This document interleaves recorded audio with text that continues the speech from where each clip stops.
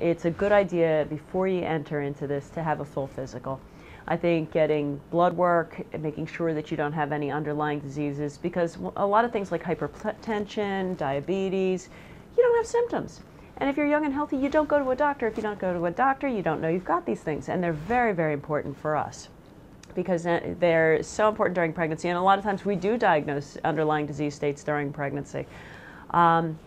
Also, there's certain things that you want to do. You want to make sure that you're up to date on your vaccinations. We run into this during pregnancy because whooping cough, people are out of date. Tetanus, people are out of date.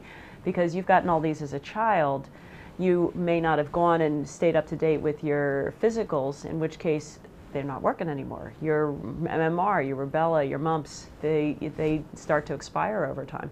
So it's a good idea to make sure that your vaccinations are up to date. Also chickenpox. Some of my younger patients have been vaccinated. Some of my older patients have had it. There's people in between that don't know what happened with chickenpox.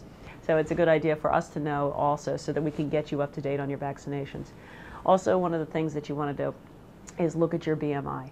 And this is always a hard one to talk about, but with BMI, it can be a real big deal during pregnancy. You want to optimize it. You want to find, ideally, you want to try and get yourself somewhere between 19 and 25 because things start to change as you get into a higher BMI. When you break it past 25, you have higher risks of developing diabetes and high blood pressure, big babies, C-section rates. These all go up, and if you get past 30, there's actually some associated birth defects.